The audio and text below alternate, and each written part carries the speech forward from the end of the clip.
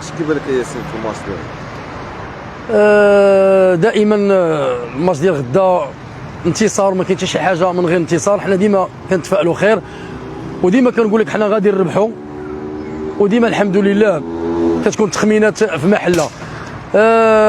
حنا دابا في دور النصف باش ما نرجعوش للوراء، لان كان واحد بوليميك كبير.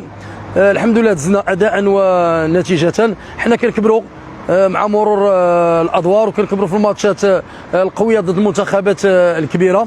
لقينا صعوبات في الاول، ولكن كانت كنعرفوا كل ماتش عنده لي كونديسيون ديالو.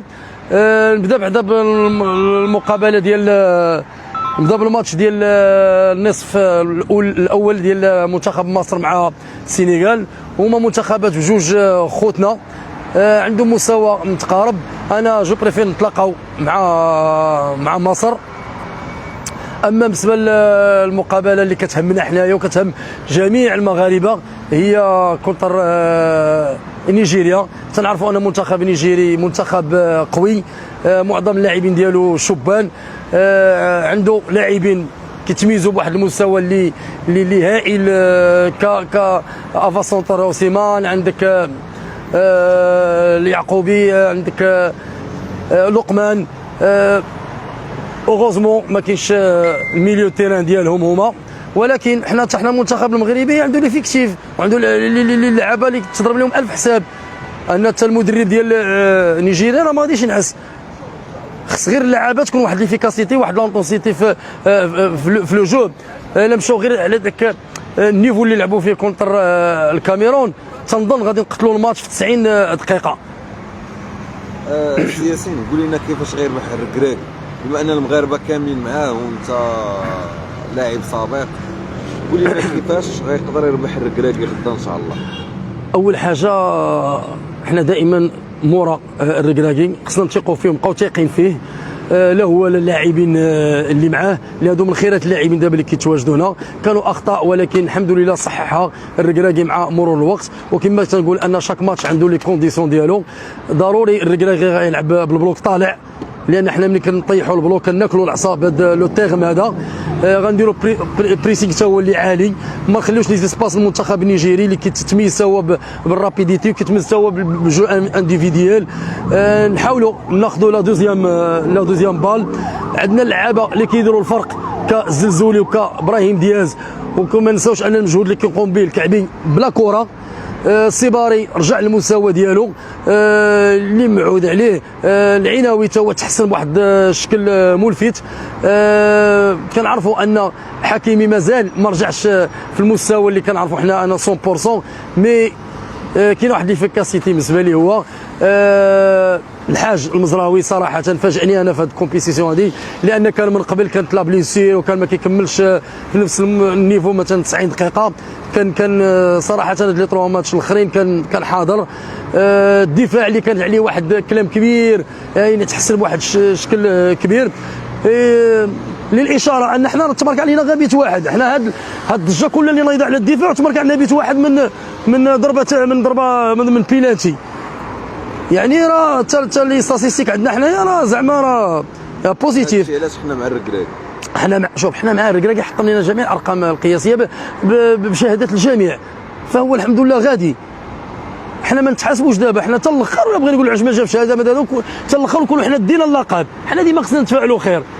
حنا دابا السيل الاحمر ما خصناش كاع نديروه. وباش نرجع لك الاطوار ديال المقابله، انا كنتمنى نقتلوا ديك الماتش في 90 دقيقه، ندخلوا في لو جو من الاول، ما نتسرعوش، ما نخرجوش من السرعه، نطيحوا في فخ ديال التسرع. نامنوا اننا غنتصلوا، نامنوا اننا غنماركيو البيت. غادي يجي شحال باش يصير الماتش؟ وكنقول انا 2-0 ولا 2-1. غير نيجيريا ما نخليهمش يدخلوا في لو جو. حنا كنعرفوا الكلي ديالهم، عندهم واحد 3 ديال لي جوور اللي صراحه واحد المستوى عالي. ولكن تنظن ان الركراكي والطاقم التقني غيكونوا داروا واحد فيزيوناج اللي كوم الفو باش نربحوا هذا النزال هذا. لان كما كنقولوا لا غير غادا تكون في وسط التيران. الا ربحتي الميليو ديال التيران راك ربحتي الماتش. تنعرفوا ان دياز نتمنوا غدا تكون الفعاليه كاينه عنده كيف العاده ويماركي لينا. باش يتوج باللقب ديال احسن هداف. بالنسبه للخطه اللي كيبان لك غير في الركراك السياسي، وتنقول لك انا كنتمنى يلعب ب 3-4-3 او 4-3-3 مع الصعود ديال الظهيرين سواء حكيمي او المزراوي، ولكن مع اخذ الحيطه والحذر، لان اي خطا بسيط غادي نأديو الثمن، لان الهجوم ديال المنتخب النيجيري راه كنعرفوه راه ما تيرحمش. ولكن اكرد ولا مسينا المستوى اللي بينوا عليه كونتر الكاميرون صراحه كان واحد المستوى اللي جد ايجابي. نتمناو حتى غدا تكون واحد ليفيكاسيتي على اوكوتي ديفونسيف. بونو هذاك راه ما غاديش نخافوا عليه، راه ديما واخا ما تختبرش ديما بونو واخا ما تختبرش بزاف، ولكن الحمد لله كتكون رياكسيون عنده ديما بوزيتيف. بالنسبه كما قلت لك حتى الشونجمون حتى هما عندنا البونتوش اللي مزيان اللي حتى هو كيدير واحد لا ديفيرونس في بالنسبه لليكيب ولا حتى المستوى ديال اللاعبين. صراحه كنشيد حتى الكعبي اللي ما كنتكلموش عليه بزاف، كنتكلموا على ابراهيم دياز. علاش؟ لان تيماركي البيوت، ولكن الدور اللي كيقوم به الكعبي راه لان كيتحرك بلا كره. لا بغض النظر على الضربات المقصيه، يعني كيتحرك بلا كره وصعيب تلعب بلا كره. تمام بطبيعه الحال، لانه هو كيمنع الظاهر الايمن والايسر باش ما يطلعش، لان كتلقى كاين واحد الانيماسيون بالنسبه لدو كوتي. وان شاء الله حنا نتفائلوا خير، لان المنتخب كل شيء من موراه، البلاد كلها تحيه بزاف الاسره العلويه، نوقف لهم واحد تحيه اجلال وتقدير، لان كما كنقولوا بامال دو فوا باش كانوا حاضرين في التيران، وانا جو سوي سيغ انهم تم المورا التيران انهم متبعين كل ماتش بماتش. الفرحه ان شاء الله غدا تجي. الجمهور يعني ما كيحتاج الشكر، هذا كنعتبره انا واجب وطني كما كنعرفوا. انا شوف حتى الجمهور حتى هو حس بالمسؤوليه. تشوف الدقيقه 90 وحنا كاع منتصرين وباقي وما كاين الهتافات، وحنا الطريقه باش كنشجعوه راه طريقه ما يقد عليها حتى شي واحد بالعالم، الطريقه عندنا حنا مميزه. السنغال ومصر شكون غير؟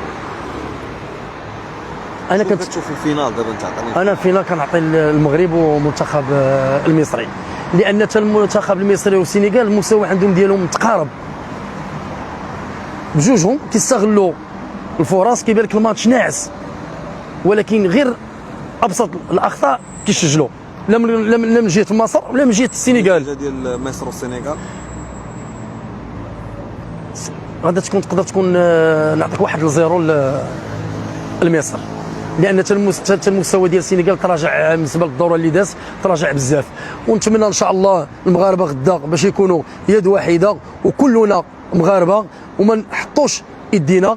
وشكرا للجنه المنظمه بجميع على جميع المستويات. كما تنشوفوا حنايا راه حطمنا الارقام القياسيه وكانت الدوره ناجحه 100%، وهذا الشيء ما غريبش على المغرب. هذا الشيء علاش حنا الاستحقاقات والانجازات ما كيعطيوهاش لينا عبثا ولا عزاء الى الحقيقه.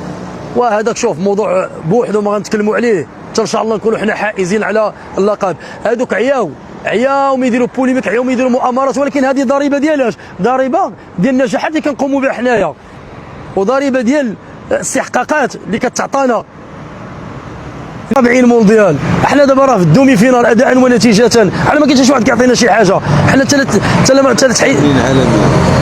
التامين عالميا. حنا شوف حتى ما عطاوناش بينالتي، راه بعض المرات كيتخذ. شوف هذه ظاهره صحيه، جميع المنتخبات تحرمت من بينالتيات، عاود كاين منتخبات اللي خدات واحد الحاجه ما كتستحقاش. ولكن هنا ما كيقولش عندنا، ما كيمنعش عندنا كاينه مؤامره ولا نأولوا. هذوك الناس صراحه لا يفقهون شيئا في كره القدم، والله العظيم. انا شخصيا ملي كنبغي نضحك كندخل نتفرج فيهم، لان كيقولوا شي حاجه من وحي الخيال، كيعطيو راسهم القناعه الذاتيه كيتيقوا بها هما وكيبغيو يبروروها على ارض الواقع. بارك الله فيك. ان شاء الله الفوز، ما كاين حتى شي حاجه من غير الفوز، وديما مغرب والكاس المغربيه والله على الوطن الملك.